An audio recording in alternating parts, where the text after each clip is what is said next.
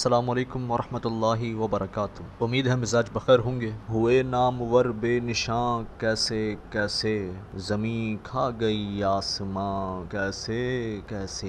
طارق عزیز ایک ناقابل فراموش، بے مثال اور عہد ساز شخصیت، جن کا مورخہ 17 جون 2020 بروز بدھ کے دن انتقال ہو گیا۔ بلا شبہ یہ انتہائی افسوسناک خبر ہے، کیونکہ یہ لوگ ہمارا اصل سرمایہ ہیں۔ یہ سچے محب وطن اور پاکستان کے لیے اپنی تمام تر زندگی وقف کرنے والے لوگ ہیں۔ طارق عزیز کی شائستہ، مدلل، پرمغز، بامانہ اور علم سے لبریز گفتگو اپنی مثال آپ تھی۔ ان کے جیسا اینکر نہ ہم نے پہلے دیکھا اور نہ ہی ان کے بعد نصیب ہو سکا۔ پاکستان ٹیلی ویژن میں سب سے پہلے بطور میزبان جلوہ افروز ہونے والی شخصیت بھی یہی تھے، اور ان کے حصے میں بے شمار لازوال اور ناقابل فراموش پروگرامز بھی ہیں، جن میں نیلام گھر اور بزم طارق عزیز اپنی مثال آپ ہیں۔ ان شوز کے جیسا نہ تو کوئی اور شو آیا اور نہ ہی شاید آ سکے گا، کیونکہ جو روبدار آواز ان کی تھی، جو گرجدار لہجہ ان کا تھا، اور جو درد سے معمور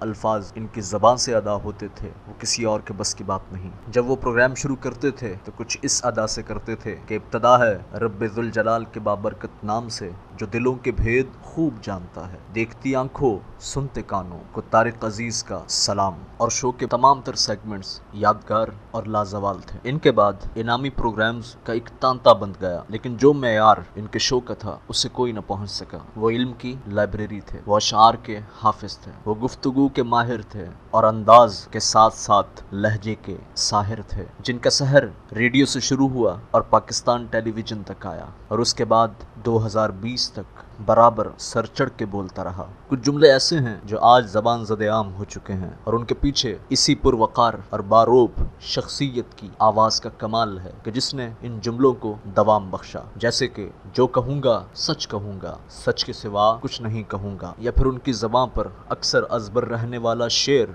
ہو کہ ہم وہ سیاہ نصیب ہیں طارق کے شہر میں، کھولیں دکان کفن کی تو سب مر نہ چھوڑ دیں۔ افسوس کہ یہ عظیم ہیرا آج ہم سے جدا ہو گیا، اور یقیناً یہ بہت بڑا نقصان ہے۔ یہ 1936 کو بھارت کے شہر جالندھر میں پیدا ہوئے، اور اس کے بعد اپنے والد کے ساتھ انہوں نے ہجرت کی، اور پاکستان آنے کے بعد ابتدائی دور میں بہت زیادہ صعوبتیں برداشت کی، اور اپنوں کی ناروائی اور کرخت رویوں کے ساتھ ساتھ ترش زبانوں نے انہیں کئی بار سفر کو چھوڑنے اور ہار کو تسلیم کرنے پر مجبور کیا، لیکن یہ مرد مجاہد چلتا رہا، اور آج ایک کارواں کی صورت بن کر کروڑوں دلوں کو مغموم کر گیا۔ ایسے عظیم لوگ بہت نایاب ہوتے ہیں، اور ان کا نیم البدل ملنا بھی انتہائی مشکل ہوتا ہے۔ طارق عزیز نے جب نیلام گھر پروگرام کرنا شروع کیا تو ابتدائی طور پر وہ یہ جملہ کہا کرتے تھے کہ دیکھتی آنکھوں کو میرا سلام، لیکن پھر انہیں ایک دفعہ ایک خط موصول ہوا جس کے بارے میں وہ خود بتاتے ہیں کہ اس میں درج تھا کہ میں آپ کا فین ہوں، اور آپ پروگرام شروع کرتے وقت کہتے ہیں کہ دیکھنے والوں کو طارق عزیز کا سلام،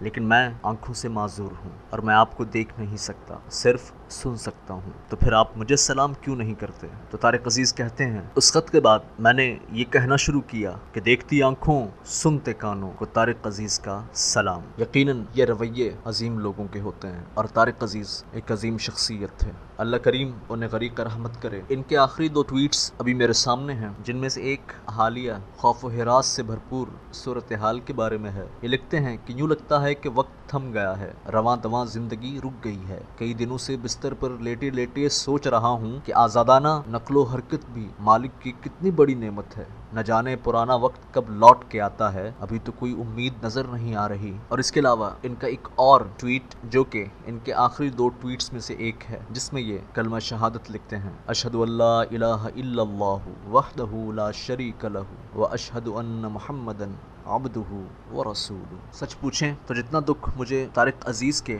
فوت ہو جانے کا ہوا ہے، میڈیا سے جڑے کسی بھی فرد کو لے کر دل اتنا مغموم نہیں ہوا۔ ایک معین اختر تھے کہ جب دل غمزدہ ہوا تھا، اور ایک طارق عزیز ہیں کہ جن کی وفات کی خبر نے رنجیدہ کیا۔ دعا ہے کہ اللہ تبارک و تعالی طارق عزیز کی اگلی منزلیں آسان فرمائے، ان کی قبر کو منور فرمائے، اور انہیں کروٹ کروٹ جنت نصیب فرمائے۔ بلا شبہ وہ ان تمام تر چیزوں پر قادر ہے، کیونکہ وہ رحمان ہے، رحیم ہے، مالک ہے اور مقتدر ہے۔ ملتا ہوں انشاءاللہ اگلی ویڈیو میں، تب تک اپنا اور اپنے گرد و پیش کے لوگوں کا خیال رکھیں۔ اللہ ہمارا حامی و ناصر ہو۔